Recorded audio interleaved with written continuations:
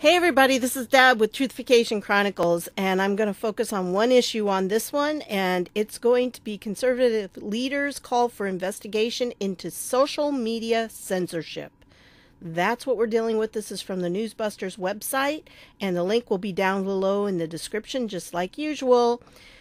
This is a letter that was sent by this Media Research Center President Brent Bozell, don't know how to pronounce his name, but anyway, and other conservative leaders released the following joint letter to Attorney General William Barr detailing the growing threat of online censorship from social media outlets.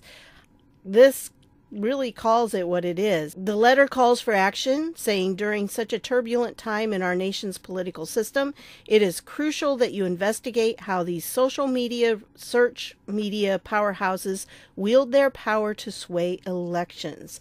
And here is the full letter. Now they are sending it to William Barr, who is now our Attorney General. Dear Attorney General Barr, congratulations on your recent confirmation as the 85th Attorney General of the United States.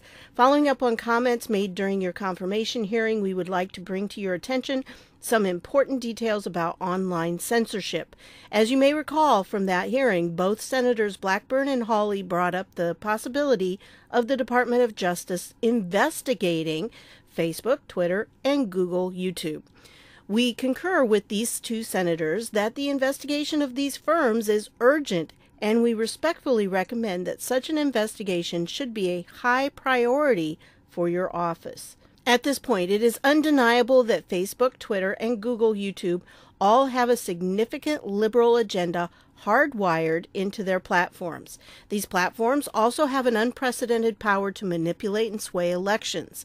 Such sweeping power, combined with near monopolistic dominance in the marketplace and in conjunction with deep one-sided liberal partisan bias within all these organizations, is cause for alarm. These organizations present a threat not merely to conservatives in the United States, but indeed our free market economic system and the very viability of the U.S. political system. Respecting these entities' own constitutional rights, we believe there nevertheless is ample probable cause of antitrust violations and of conspiracy to violate the constitutional rights of conservatives, and possible collusion to violate laws governing America's campaign finance system and elections. Since January of 2018, the Media Research Center has conducted a thorough analysis of claims made by conservatives that they are being censored on social media. We lead a coalition of more than 40 organizations that expose the censorship of conservative voices on social media. We have witnessed firsthand the bias of these organizations. Facebook, Twitter, and Google YouTube represent existential threats to the conservative movement and indeed American society as a whole. Never in human history have companies been this large and influential. They have the ability to control so much of what we read and say every moment of the day on a global scale. Their abuses pose a growing, massive threat to the ideals of free speech that this nation was founded on. Consider what we now know, and these are but some examples. Google's charity has given $250,000 to the Southern Poverty Law Center, SPLC, and allows employees to volunteer there with pay by Google. The SPLC has a dubious reputation for not just supporting left-wing causes, but also for attacking completely legitimate organizations it deems to be hate groups, such as the Family Research Council. A leaked email chain indicated that Google staff tried to boost Hispanic election turnout in 2016 in key states to aid Hillary Clinton. An exclusive report broken by Fox News' Tucker Carlson on his show Tucker Carlson Tonight revealed a disturbing Google email chain, and there's a link to it, sent out on November 9, 2016. The first email, Election Results and the Latino Vote, was written by Google's multicultural marketing department head, Eliana Murillo. In the 4-page email, Murillo describes how she and her co-workers engaged in nonpartisan activities to boost Latino voting turnout. However, Murillo slipped up and admitted that despite Google's political power, only 71% of Latinos voted for Hillary, and that wasn't enough. All Sides, a media technology group, analyzed the Google News homepage and found liberal content outnumbered conservative content 4-1. All Sides concluded the numbers are so significantly strong and consistent in favor of news media sources from the left that the overall conclusion of a leftward bias at Google is well justified. Later on in the study, it stated All Sides analyzes the news on a daily basis and have often found it difficult to find perspectives from the right when using Google News. The documentary Creepy Line documents how Google has the power to influence elections up to 80% for some undecided voters just by reordering the search. Facebook has had repeated allegations of blocking pro-life content. In January, ads for the anti-abortion film Roe v. Wade were met by replies stating, "Your ad isn't approved because it doesn't comply with our advertising policies." The New York Times did a huge analysis of Facebook's content review process and said the effort contained numerous gaps, biases, and outright errors. The paper had been given 1,400 pages from the content review process that included lists of organizations Facebook considers to be hate groups, but that information is kept private. Facebook issued an official apology after banning Reverend Franklin Graham for 24 hours over a 2-year-old post. The post by Graham was a criticism of musician Bruce Springsteen for canceling a North Carolina concert due to House Bill 2. Springsteen says the North Carolina law, HB 2, to prevent men from being able to use women's restrooms and locker rooms is going backwards instead of forwards. Facebook released an early version of its civil rights audit and admitted it worked with far-left civil rights groups during the election. COO Sheryl Sandberg wrote that Facebook talked to over 90 civil rights organizations and asked former legislative director of the ACLU, Laura Murphy, to guide the audit. These organizations were even invited into the election war room. Twitter CEO Jack Dorsey has had several interviews recently and openly admitted his agenda. "I don't believe that we can afford to take a neutral stance anymore. I don't believe that we should optimize for neutrality." He mentioned in another interview that when President Trump tweets, Twitter will often show completely different perspectives. Talk radio host Lars Larson was suspended from Twitter after a former Portland mayoral candidate, Sarah, big long I name I'm not going to try, tweeted her condemnation of the police following an incident where a man was shot and killed by the police.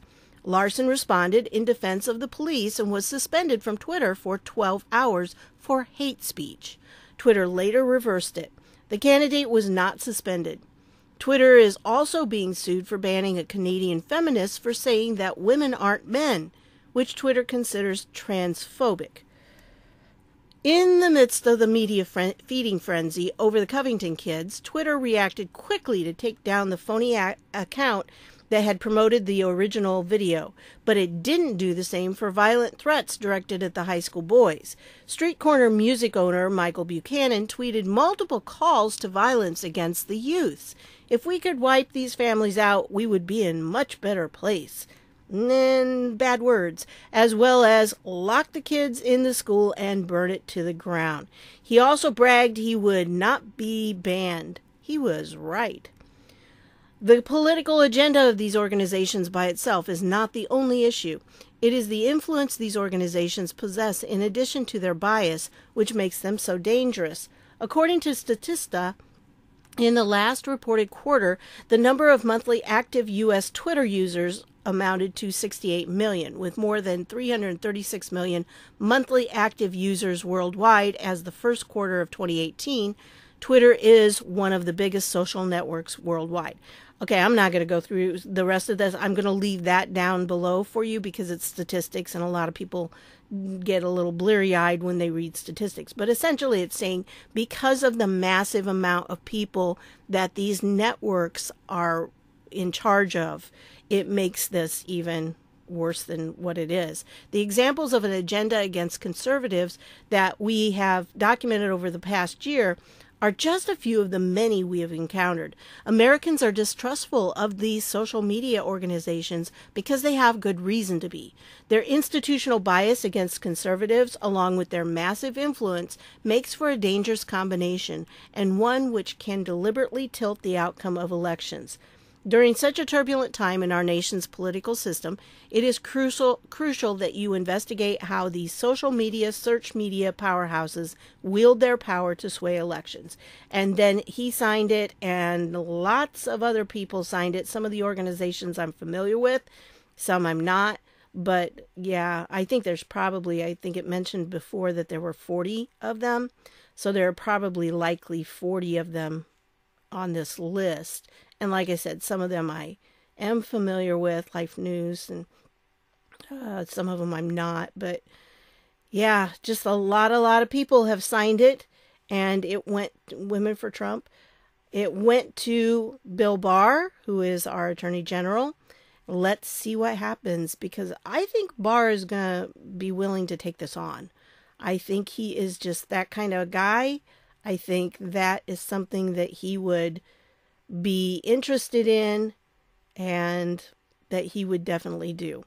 So the article will be down below. Let me pull back up to the top, and you can read it at your leisure. Please share it, because I think it's very important for people to understand that letter went out and is going to be something I think that Bill Barr will probably address. We'll see, right? Well, that's how things work. But I do think that he's somebody who believes in taking action. He doesn't just sit around and do nothing. And again, remember, I'm a Sessions fan. I do think Sessions was doing a lot. He just wasn't very public about it. I think Bill Barr is somebody who will definitely speak out when there's necessity for it. So he will be a little more visible. It'll be more on stage, I think, than Jeff Sessions was. So that's what I've got for you on this one. I'm chopping them up into smaller pieces, because then if they decide to demonetize one of them or the other, it won't demonetize the whole thing. So maybe some of it will get more play out there and more people will be able to see it. So that's what I've got for you. I want to thank you for stopping by. Click that subscribe button down below. That would be really great. I'd love to see that. And I thank you so much for just supporting me. So I'll see y'all later.